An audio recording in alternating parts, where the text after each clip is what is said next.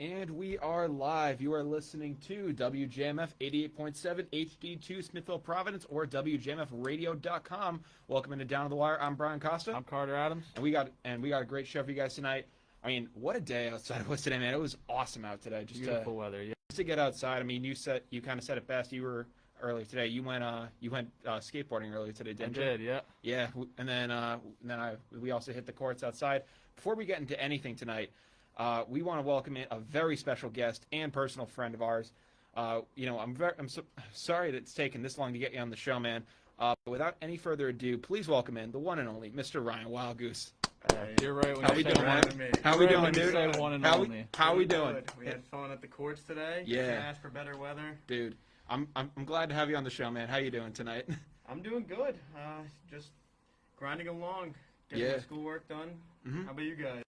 Oh, it's been crazy, man. It's stressful. It's been good. You know, man. We've had your roommate Ethan on the show. We had him on, during February before everything kind of went to, before everything kind of got crazy with COVID and everything like that. I know you guys unfortunately got affected by that. Yeah, we did. Yeah, that was a nice long stay in the isolation suite. Yeah, that was kind of a rough go, but that was just a lot in general. But we got a really good show for you guys tonight. We're going to be talking about everything going on in NFL news as well as UFC. But first, we obviously being Bryant University students, I think it's only appropriate that we talk about it. Big applause for just the incredible season that the Bryant men's basketball team had this year.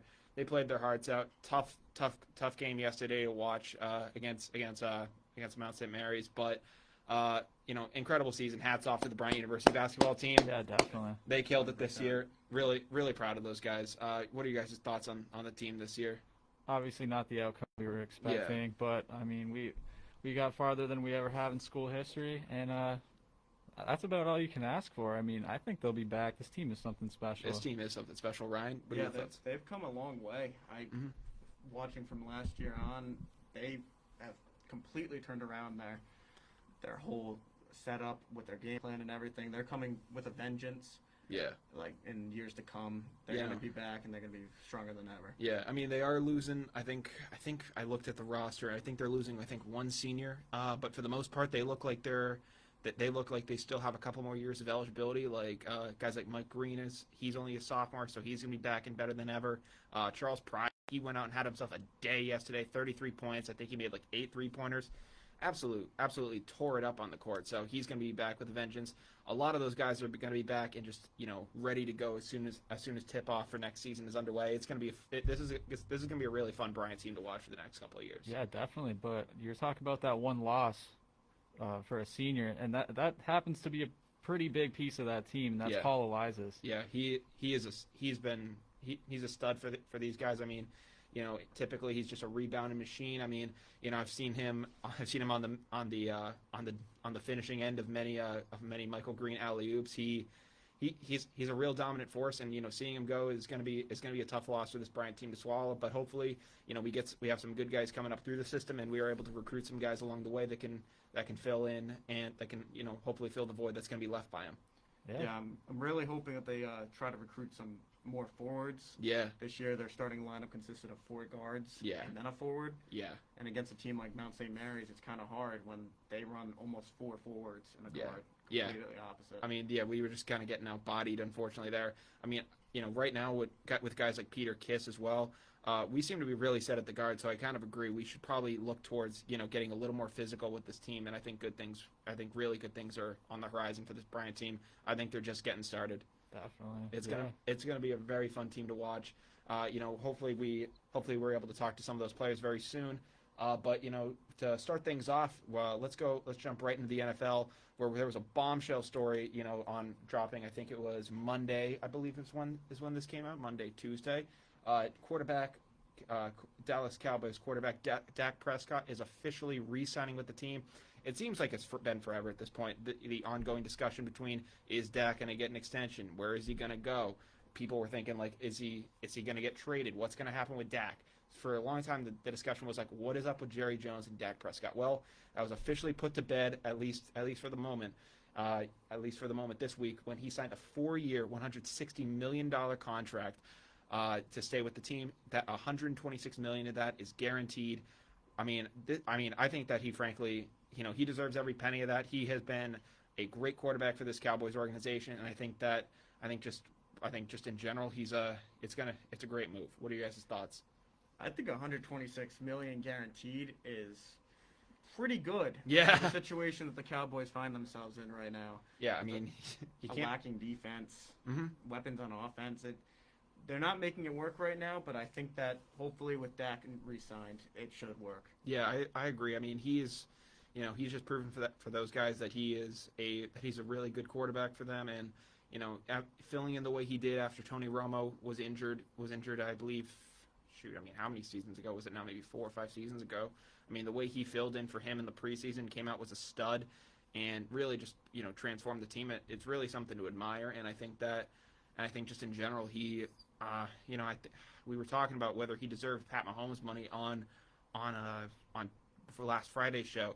I think annually this contract is only like $5 million less than what Pat Mahomes will be earning next season. So, he kind of wanted he kind of got his wish in a sense. I mean, $5 million is still a lot of money, but he's now the second highest paid quarterback in the league, and then following him is a guy like Deshaun Watson at $39 million.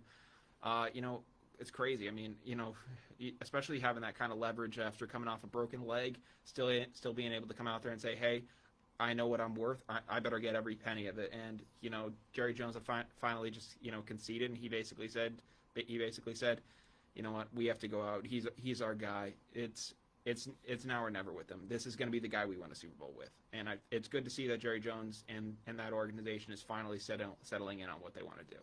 You're right, and I think Dak Prescott was definitely the glue holding that offense together. You look at after he got injured, and guys like Amari Cooper, you hear stories he's not trying on his routes. Ezekiel Elliott doesn't look motivated to be out there.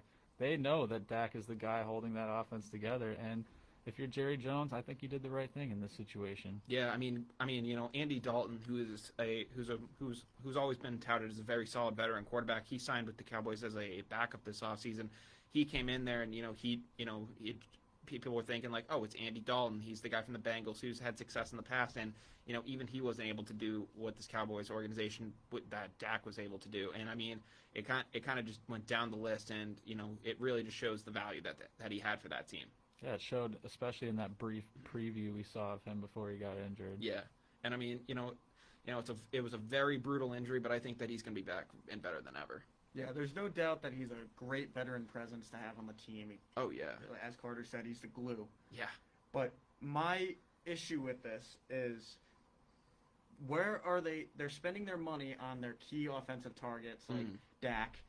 Zeke is receiving $90 million over 6 years, which is absurd for a back. Yeah, I mean, backs usually don't last that long, so the fact that he's getting that kind of money is absurd. But their defense is lacking.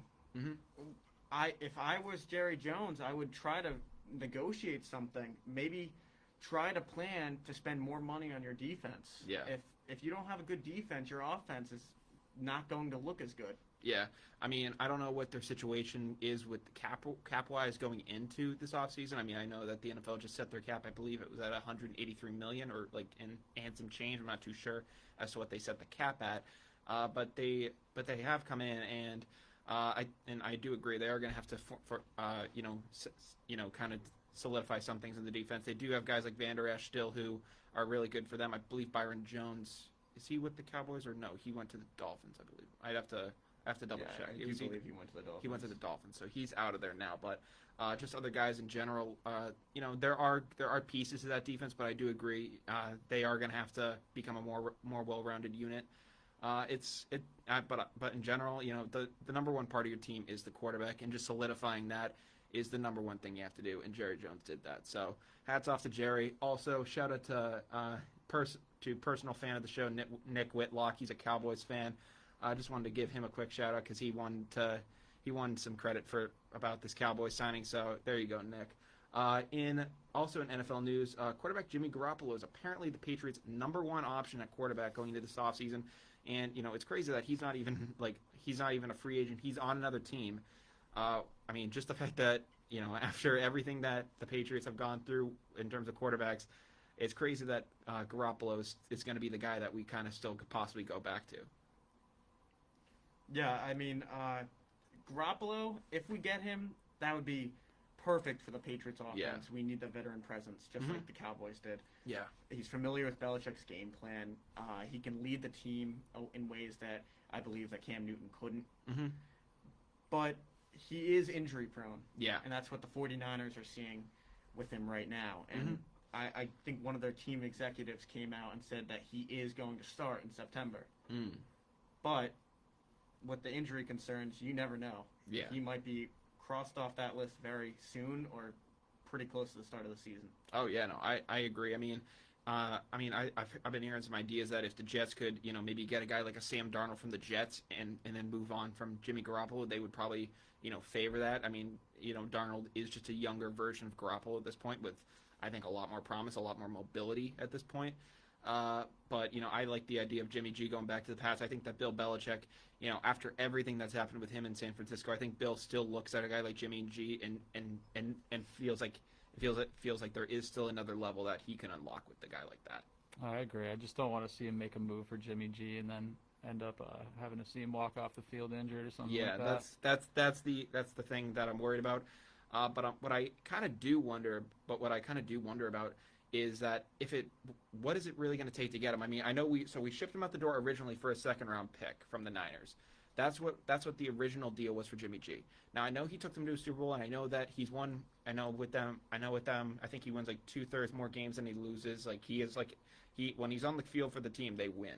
But what I do have to wonder is that is bringing a guy like him, is he really what I'm trying to get to is that has his value of being a second-round pick in a trade really changed that much with the concerns for the injuries and the way that San Francisco views him? I don't think so. I think that the Patriots could still get him for a second-round pick and maybe a couple lower-round picks. I don't think that if you're the Patriots, you don't trade 15 for Jimmy Garoppolo. No, you're right. I don't think his value has increased anymore just because of that Super Bowl run. Yeah, I mean, a lot of people could say that has some that would be a good thing behind it, but frankly, that 49ers defense absolutely carried them. I mean, all the props go off to Jimmy Garoppolo, but he kind of, just had to sit back there and just make sure that he just didn't mess anything up, and they were gonna go on that run. I mean, they were just that defense was just incredible that year, and I think that if Bill gets him back under center, possibly gets him some weapons, on the cheap. I know a guy like Emmanuel Sanders was just released recently. He's 34, so I mean, I don't know what kind of a contract he's going to be demanding at this point in his career. He's probably, wanting to get another ring. He got one, I believe, with Denver. I think maybe he could consider coming here on the cheap. I had mentioned on Friday's show about a guy like Kyle Rudolph possibly being linked to the team. There are other names like that. We actually, in terms of protecting a guy like Jimmy G and making sure that he isn't as injury prone, we just traded for Trent Brown, which I think is a great move for us. I mean, in Brady's last year in New England, last few years in New England, especially during that 18 title run, they really tried making themselves a run-centric offense. And a guy like Trent Brown is one of the best tackles for a running offense in football. So I think that bringing him back would be great. And I think just taking a lot of the pressure off Jimmy G by surrounding him with guys. I mean, Manny Sanders, he's played with him before in San Francisco, and they took him to a Super Bowl. And if Jimmy had only, if that pass had just been a couple yards shorter, that might have been a San Francisco title. So, I think that bringing him back in would be a great thing for the Patriots. I really like the idea. Yeah. I mean, go ahead. Oh, no. I was just going to say that Trent Brown, he's huge in both meanings. Oh, yeah. Like, he's a big guy. Oh, yeah. And as left tackle, he could be instrumental in keeping the quarterback safe in the pocket. And that's it's underrated, but it's probably the most important position on the line. Oh, yeah. I mean, it would be huge to get him back. I mean, protecting, there was an entire movie about it, the Blind Side. I mean, literally, for anyone who hasn't seen The Blind Side, I don't know if you're living under a rock at this point, but literally the beginning of the movie talks about how Washington quarterback Joe Theismann had his career ended because the left tackle just wasn't able to get the block in on a guy like Lawrence Taylor, and Taylor just eviscerated Theismann's leg. So I mean, when you look at the way that I think the quote at the beginning of that movie is that the most important position on the field is quarterback, and the second most important position is the left tackle, because he's making sure that that guy stays upright. So I think that Trent Brown would be great for that. From what I'm hearing, I'm also glad that he apparently really likes New England. I don't know if you saw it, but he took to social media and was like, I'm glad to be home. He posted a picture with Dante Scarnecchia and was just like, this guy's the GOAT.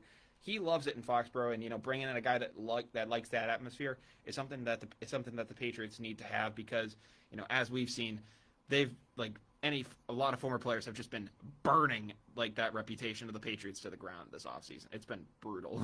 Yeah, it's been really bad. Guys like Amendola and other people, just to name a few. Yeah, but yet again, you have the players from Detroit who saw Matt Patricia.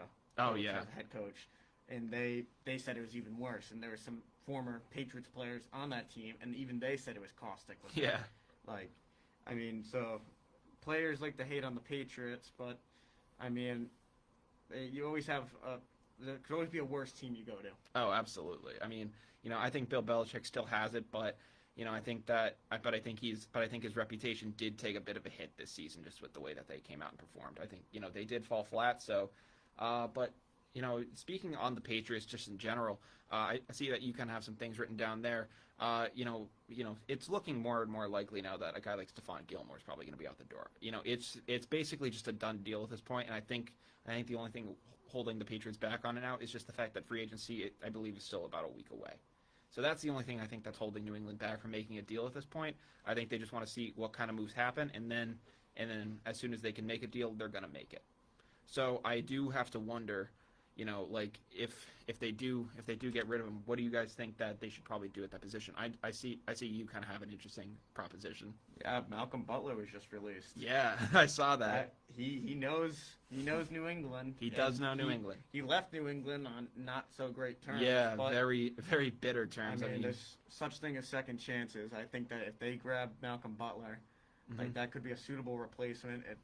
It's not anything close to Gilmore's skill. Yeah, but it's a good start. Oh yeah, definitely. It would be. It'd be a great start. A lot of people, Malcolm Butler, the Super Bowl 49 hero.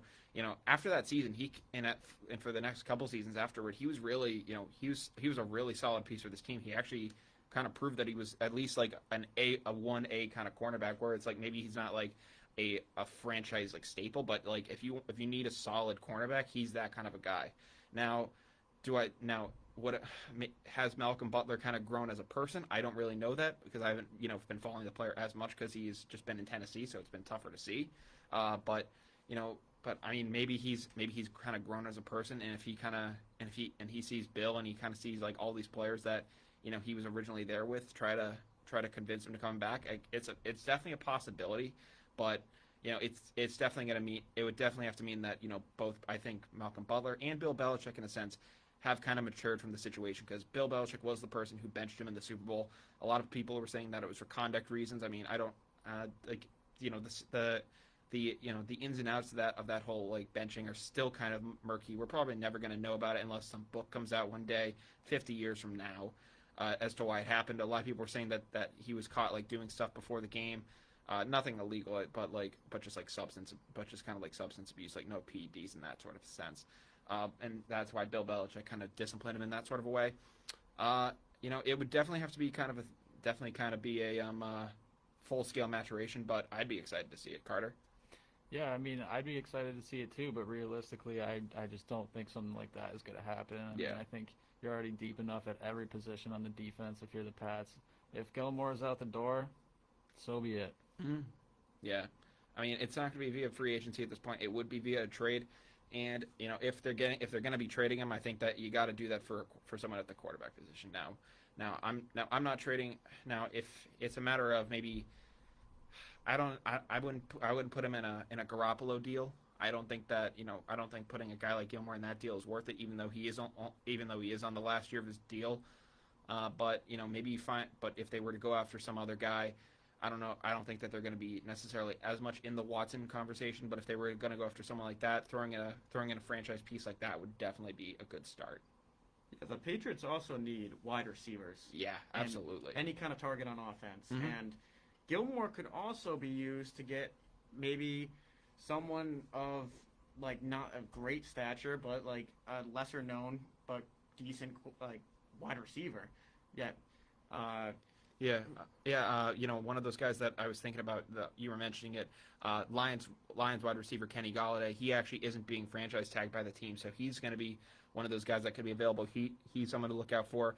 My friend Adam over at the Fumble Rooski podcast really likes Corey Davis. I mean, it's kind of from fantasy bias at this point that he's liked him, but he really likes him. He thinks that he could be a solid option for us. In terms of running backs, we're really good. Like we are, like the one thing I said about this Patriots team going into last year, that when things were still going a little bit okay, I was just like, listen, our running back core is stacked, and I think me and you were basically saying that we should almost put James White out wide and just have him have him basically play him as a legit receiver, because we were pretty much good elsewhere. I mean, at the running back position, I think we're fine. I mean, I don't know what the situation with Burkhead is going to be, but Damian Harris looks like he's a great prospect. Sony Michel, he's got to step some things up, but if he can kind of get out of whatever funk he's been in, I think he could, in return to his 2018 form, that could be a great piece for us. And then White is still just kind of a staple back for us. So I think some great things could happen there. Any kind of final thoughts that you guys have on the NFL? I agree that we're pretty set at the running back position. Like Ryan was saying, I think if you're going to do anything in free agency, it's got to be receivers, and it's got to be potentially a quarterback. Mm-hmm. Yeah.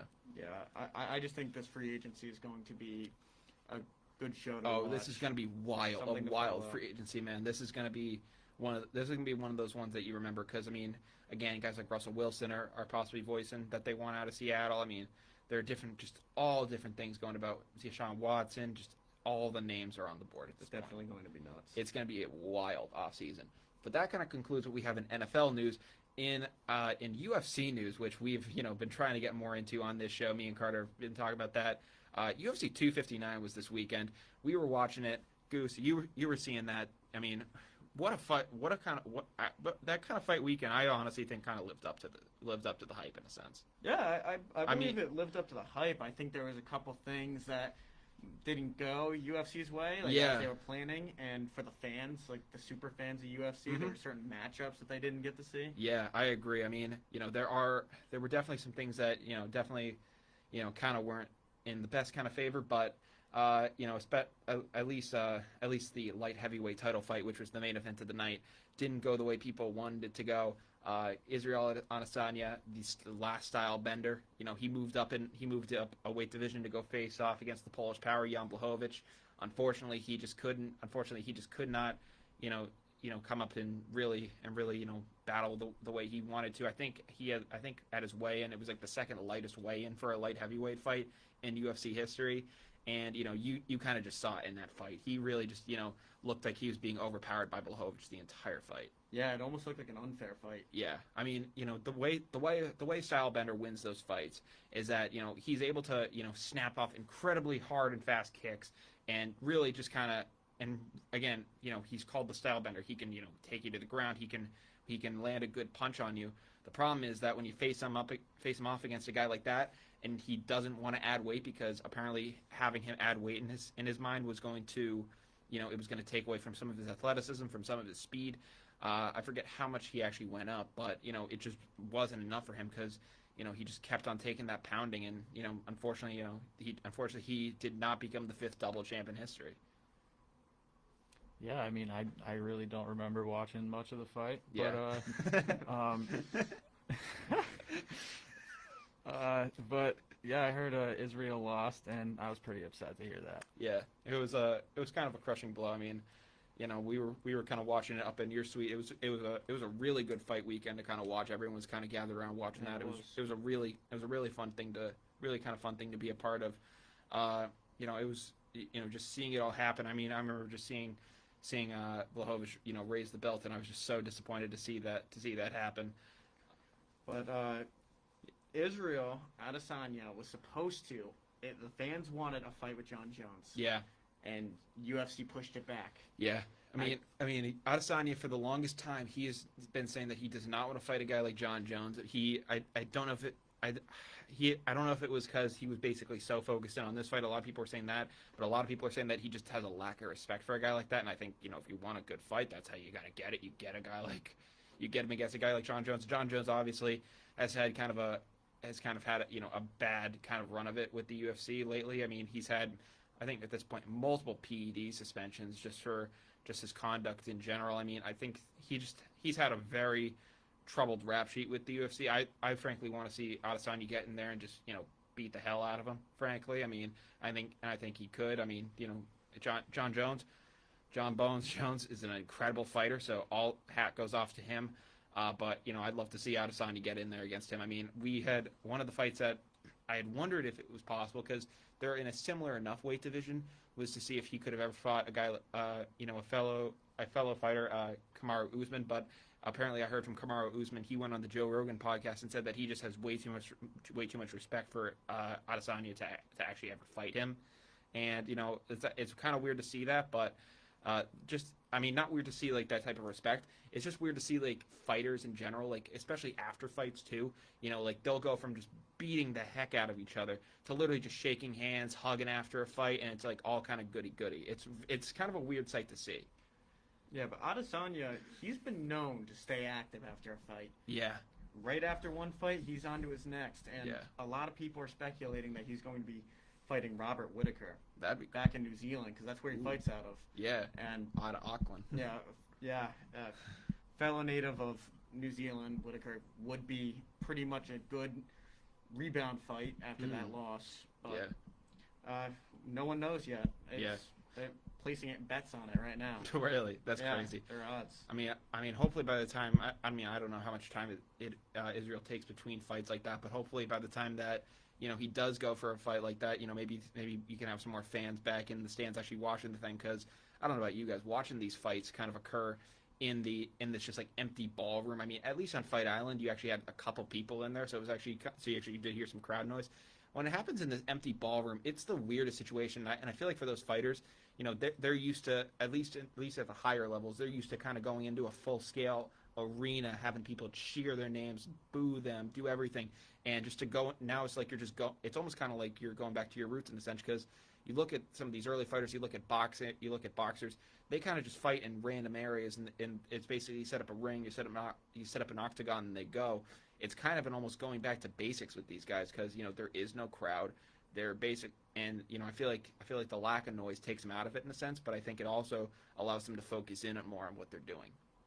Yeah, I agree. It's a lot similar to the practice environment too. You go into any gym, and I'm sure there's music playing and everything, but it's got to be a little weird, at least a little weird for these guys to fight in like absolute silence, only hearing their coaches yelling at them. Yeah, it is weird. I mean, one of the things that I do like about it though is that I don't know if you've noticed it. I think Carter, you mentioned it to me during the intermissions between the rounds though. You actually hear what the coaches are like basically saying to the guys. That they'll be like, "Hey man, got to tighten up that defense, or get him open and go for the headshot, or do whatever, or go for submission." And just hearing the strategy go back and forth is something really cool. And I hope that the UFC tries to keep that going. I hope they mic up these guys in the future, and make that like a staple of what they do. Yeah, I've always found that so fascinating when you mic up any sport and you hear the coaches like telling the players to play, getting mad at someone for not following the play, giving praise. It's so cool, because if you're there in a stadium pre-COVID, you don't hear that. Yeah. On TV, in the stands, it's something so rare, and the mic'd up, and not in the UFC's case, that's just because it's so quiet. Yeah. But you could literally hear a pin drop in there when nothing's going on. It's crazy. Yeah, but it's definitely something they should try to continue. Mm-hmm. Yeah. Another big story, at least in UFC news that we saw too. We witnessed this one live. We were sitting right next to each other, seeing it happen. The bantamweight bout between Petr Yan and Aljamain Sterling. It was a really solid fight, up until the fourth round. Petr Yan, I guess, on 2 scorecards was winning, and Sterling on another was ahead by a point. But that all came to a stop when Yan hit Sterling with an absolutely ridiculously illegal knee to the head. That was a ridiculous hit. Yeah, that was tied up for too long for that to be an accident. Yeah, no, I'm like, I guess Khabib. I've tried saying his last name before. It's not a winnable. That's not a winnable battle. But Khabib, I guess, was saying that he was like kind of near the sidelines, and when Jan had him on the ground, he was essentially like asking his sideline, "Hey, should I hit him? Should I hit him now?" And his sideline said, "Yes, hit him." And he either mistook that, or tore his sideline, just gave him bad advice, and he hit him with his knee down in. In doing so, Aljamain Sterling, I believe they said it during the thing, he became the first champion to win via disqualification. Yeah. Yeah. First one to win in a title fight. Yeah, so first one to win a title fight via disqualification. And I mean, we saw him after that fight, and that is a feeling that I don't think a lot of people understand that kind of a feeling, because you've had, I think all of us, being kind of athletes in a sense, we've all played at some level of some sport, and we've seen and we know what happens when we suffer a really bad loss. It's always that kind of a feeling when you know that you've just been beat to hell, and it's a demoralizing feeling. Now, couple that with getting really beat in Sterling's case, actually having your head bashed in, and then they're putting a title around you, he just felt like he didn't deserve it. And it's a really ridiculous kind of situation. I feel terrible for Sterling that he had to go through that whole thing. I mean, what were your thoughts when you kind of saw his reaction to that? I mean, he was hurting bad. Oh yeah. And I immediately knew that the fight was about to be over. But Peter Yan, he sent out an apology right after the fight. He took credit for the fact that he messed up. Yeah, he took it on the chin. Yeah, and then later he met up with Sterling and they took a picture. Well, that's good. Where he called him the champ. He wants him to know that this is his win. Yeah. He messed up, and now they both have to move on. But that's good. Sterling comes away with the belt. Yeah, I mean it's a really sucky situation for Sterling. I mean, there might be people calling him, basically almost calling him a false champ, but it is good to see a guy like Yan kind of make up for that situation, and really just kind of declare that with his mistake that Sterling is the champ. So all hats off to Sterling. A lot of credit to Yan for coming forward and admitting your mistake. That probably isn't easy to do as a professional fighter. Going forward and just beating some guy's head in, that can't be easy to come forward and then just say I messed up. So hats off to both those guys. It'd be really cool to see a rematch. And then finally in UFC news, this was the fight leading. This was the fight in between the Yan and the Adesanya Blachowicz fight. It was actually, I mean, the reason we kept it here is because it was very short and simple. I mean, Amanda Nunes just, she faced off against the number one contender, Megan Anderson, and she absolutely just took it to her and made it really easy and basically just took her out via submission in round one. I think Joe Rogan and crew on the mics were basically saying that fight was over. I think 30 seconds in, they were on the mic saying this thing's over. I mean, Amanda Nunes is a freak of nature. She is amazing at what she does. What were your thoughts when you saw her go at it in her fight? There's no taking that away from her that she's number one. Yeah. I mean, she's quickly going to be a household name across the country. Yeah. Across the world, even. I mean, I think she's already kind of almost at that status, but you kind of have it marked down that she's probably going to get as much recognition as a Ronda Rousey did. I mean, I remember growing up, Ronda Rousey was the household name in female mixed martial arts. I mean, she was everywhere, and I mean, from that she launched a miniature acting career. I mean, now I think she's doing pro wrestling and stuff like that. Yeah. And she's kind of just become a household name. It's like Ronda Rousey, and we talked about on the show, Ronda Rousey. Her kind of reign I think came to an end when Holly Holm knocked her out.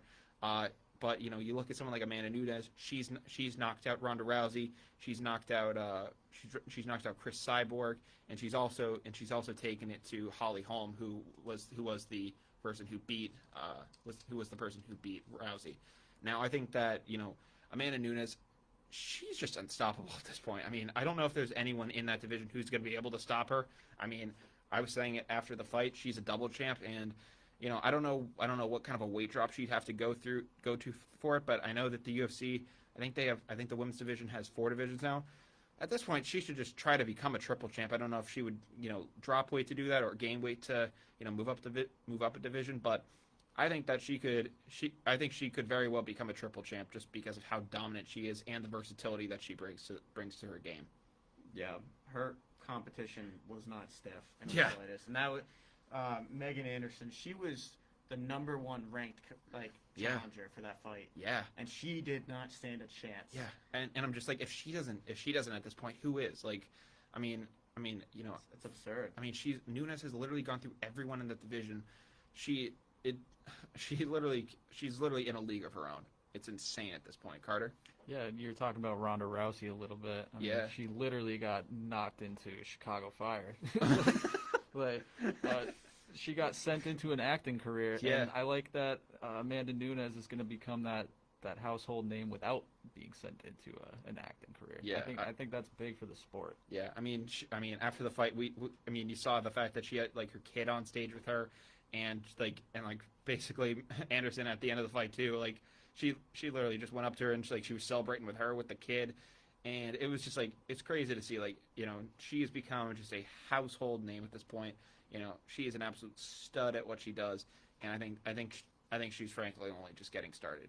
With her incredible illustrious career. I agree, but I also don't think we can segue out of UFC without at least talking about the beauty of those post-fight interviews. Oh, yeah. I think they are always something special. I mean, you got guys that are getting their heads bashed in the octagon, and then you stick a microphone in front of them, and you're like, "Hey, and the first we're going to ask you some basic questions." And the first voice they hear, and the first disembodied voice they hear is from Joe Rogan. Joe Rogan. And then beat the head in, you know? Yeah, it's amazing. I remember watching Sterling getting carried. He had like two people dragging him out of the octagon, and he was dragged, and they put a chair down right in front of the backdrop and just plopped them in it, put a headset on, and then it's just like Aljamain, it's Joe Rogan here. What are your thoughts on that fight? And it's just like, and he literally was just like. I'm basically dead right now. I'm not coherent. I am incompetent. Yeah. I cannot answer your questions but words. Yeah. It's like getting hit in the head with a hammer and then someone asking you the question on the can test from last week, can you do long division real quick? It's like it's like that's not happening. That's not possible. I mean, for those any guys human. probably couldn't do long division in general. That's yeah, probably true. UFC I couldn't. fighters, but yeah, if you put long division in front of me, you'd have to give me a couple. You'd have to give me like a solid 45 minutes, and then give me a couple business days, and I'll get back to you. Something like that. I'm not a math guy by any chance, so you'd have to give me a little bit. But that is a good point with the UFC post fights. It's always ridiculous to see. When you get interview a winner who gets it done very quick, like Nunes, where it's like all right, she's at least gonna be able to maybe make at least say a couple sentences instead of basically just whatever words just float out of their mouth at that point. So it's definitely a very interesting situation. But that kind of covers what we had in UFC. In NBA news, this was almost going to be the kind of the leading title of the show, kind of going into things. But with the Dak news, that kind of usurped everything. But power forward Blake Griffin, after getting released from the Detroit Pistons, he is signing with the Brooklyn Nets, and it's officially time to say that they are now I want to congratulate them on an incredible year. You came out there, you just won the chip in the easiest way at this point, and you are the NBA champions at this point. There is no debating now. Nets for the title. I mean, I'd like to agree with you, but I don't. I mean, I think there's just too many personalities on that team now, and they're going to clash. I don't know, They're man. going to clash at some point, and even if they do win a chip this year, that team is bound to hit a breaking point. point. They're going to hit a breaking point at this point. I'm not denying that they're going to definitely fall apart in a catastrophic way, but I think that I think that if Steve Nash can just hold them together and just hold that glue and just brace for whatever is left of the season, they got to get to July. That's 6 months away. Can they make it half a year with this squad? That's gonna, trust me. I know that's gonna be testing the limits at this point. But I think it's possible. And if they can, easy dub in my opinion. Yeah, I have to agree with Carter. They're the personalities of their star players so different. Oh yeah. And not to mention that a lot of people like to forget that Blake Griffin has been steadily declining. Yeah.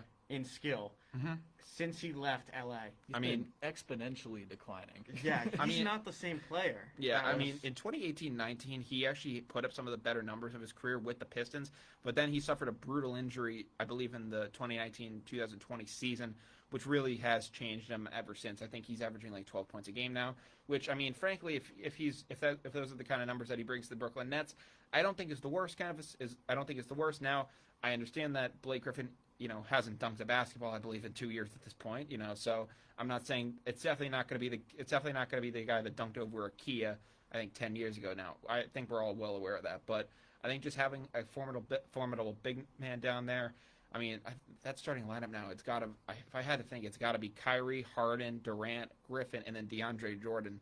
I mean, if you flash back the clock a couple of years ago, people would have been gawking at that, and it would have been like okay, that's just Team USA. Yeah. Like no one would have believed that's actually possible. And we're here in 2021, and it is apparently. Yeah, it's kind of similar, not as similar, but it's almost kind of like that Patriots receiving core in the 2019 season when we had Edelman, Josh Gordon, AB, Philip Dorsett was doing his thing.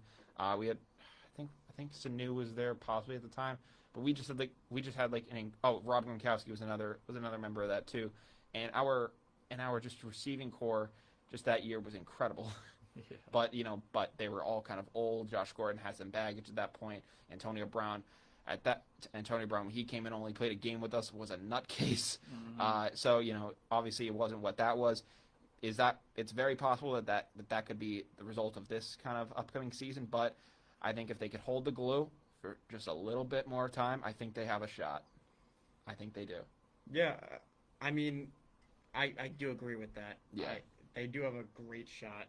Mm-hmm. And Vegas has, I believe, as of last night, was 3-1 Mm-hmm. for them to win it all. Yeah. Which is absolutely nuts to think, because I believe that they had like lesser odds before that announcement. But I just don't see, like, Blake Griffin is already transitioning out of the NBA. Exactly. No, you're right. He's doing his comedy shows. He's getting shows in Comedy Central on different channels.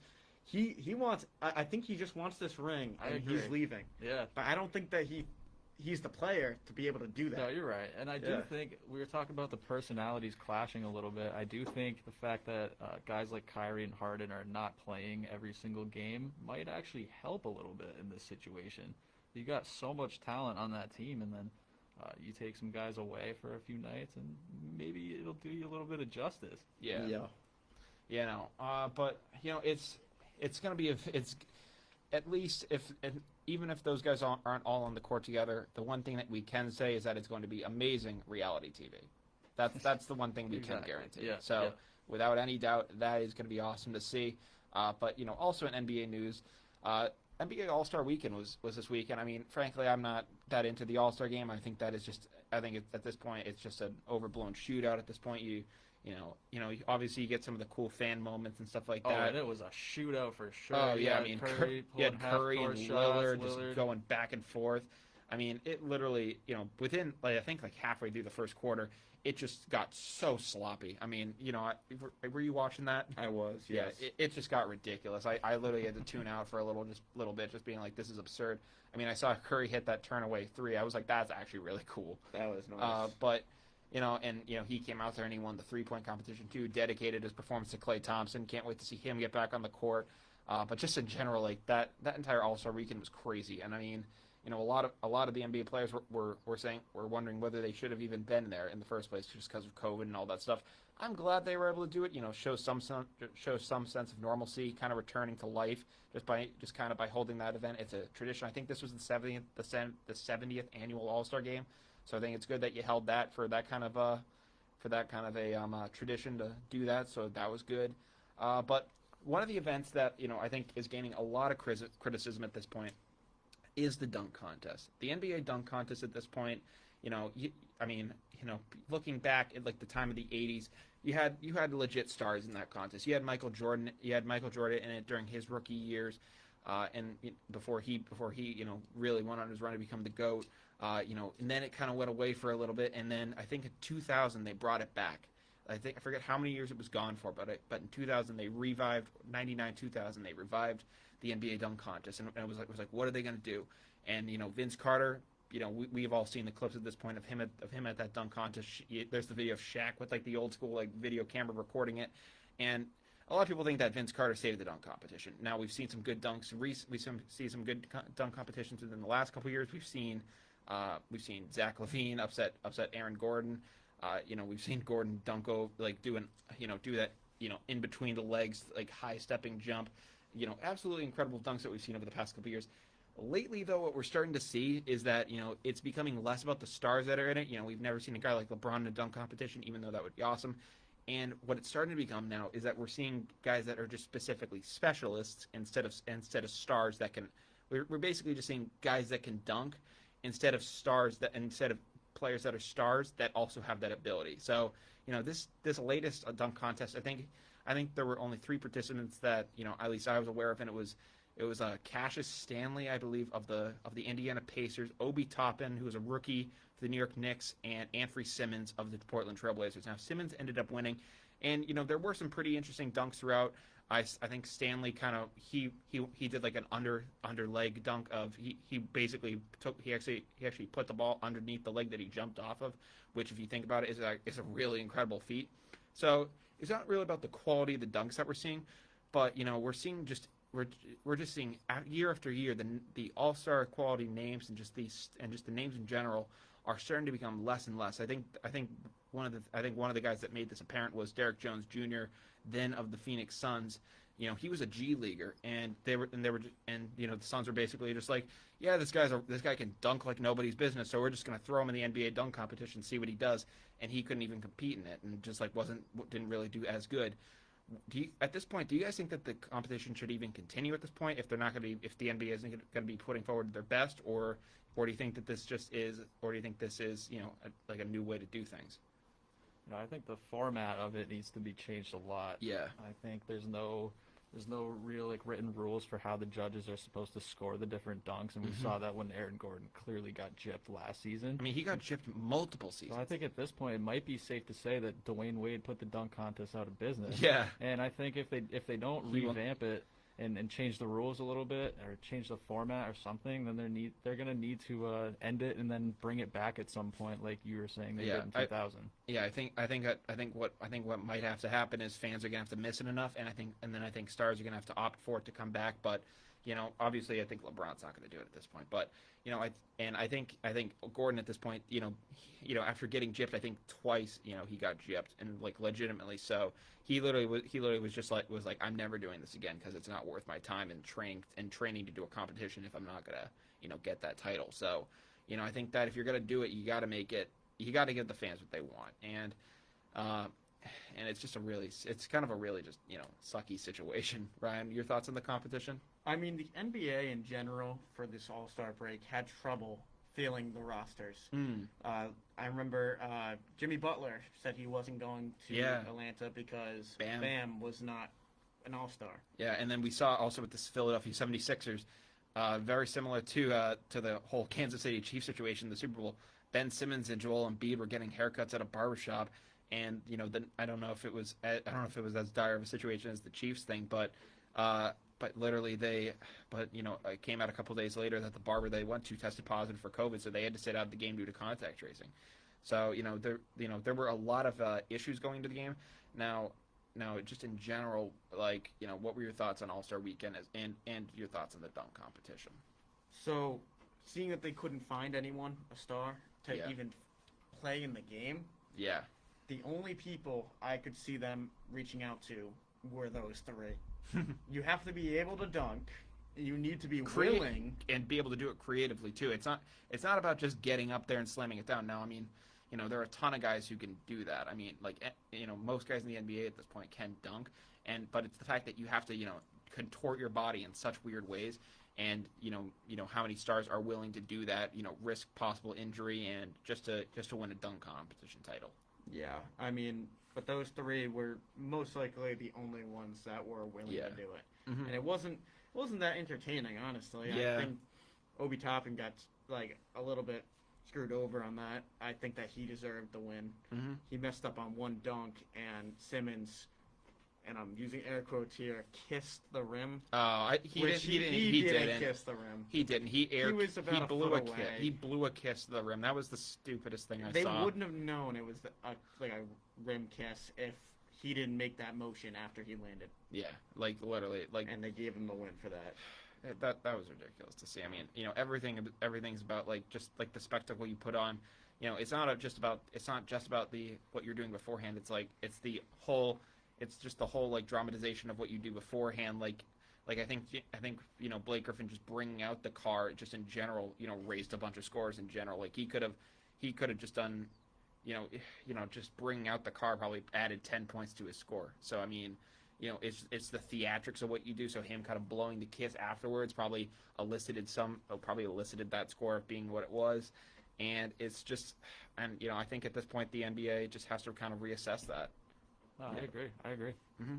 But it is currently 7:55, and I think it is officially time to say that we are down to the wire, which means that we're going to go through everything we talked about in this past hour, and we're going to let you guys get started we're going to let you guys have a good Wednesday night. Yeah, so, but before we do that, I'm going to give a quick shout out to my grandfather, Ken Adams. He tunes into Down to the Wire almost every single night, and I got to say, I think he might be our biggest fan. So honestly, Grampy, thank you for watching all of these episodes, and we really appreciate the support from you. Yeah, shout out to Ken. We really appreciate it. Another thing that I was thinking about too that I didn't get a chance to say on our Friday show. I think our Friday show was like the 1-year anniversary of before we kind of went into the whole COVID quarantine. I mean, we haven't actually recorded a show this late in March. In Down to the Wire's history, this is our 40th episode, which is crazy to think that we've been doing it for this long at this point. But we've made it through. We made it through COVID. We made it somehow back to the Koffler Center. We've had many great guests in the show, like Ryan, like Ethan, just like incredible guests that we're having on. We're trying to, we're actually looking into some other guests soon. I'm not going to confirm anything yet, but whether he wants to do it or not, I'm gonna if this guest is confirmed, I'll release it at a later time. But it's awesome to see like the way that we've been able to do this. Yeah, definitely. It's been really cool to see. Come a long way. Yeah, we really have. But we started things off tonight talking about the Bryant University basketball season. Incredible run for those guys. Really proud of them. Any final thoughts on those guys? No, I think that they're going to come back basically stronger than ever. Exactly. They're going to try to get some recruits. Hopefully this appearance in the championship will get them some 3 stars. They'll be Absolutely. back with some big guys. Absolutely. Yeah. Minor setback for a major comeback. Can't wait to see it. We also talked, and then in NFL news, we talked about Dak Prescott's extension with the Dallas Cowboys. Really, really crazy moves there. We talked about Jimmy Garoppolo being the Patriots' plan A at quarterback for next season.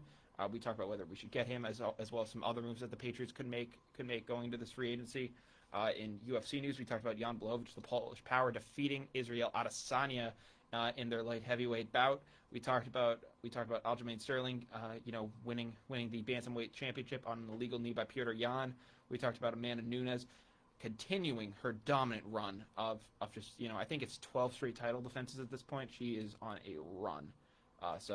Or I don't know if it's title defenses. It's 12 straight victories that she's had at least. So she is on a massive roll right now. She seems basically unstoppable. In NBA news, we talked about Blake Griffin and the Nets, as well as whether the NBA should continue their dunk contest.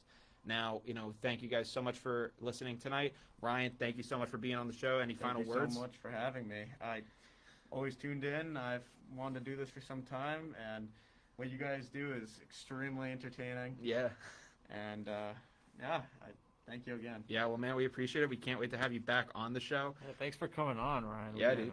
We appreciate it. Yeah, man. It's always great to have you guys on here, but it is currently 7:59. We're going to let you guys – we hope you guys have a great Wednesday. We guys hope you have a great Wednesday and a great rest of your week. We'll be back here on Friday. But from Down the Wire, I'm Brian Costa. I'm Carter Adams. And I'm Ryan Wildgoose. And we hope you guys have a great – we guys hope you have a great night. Take care.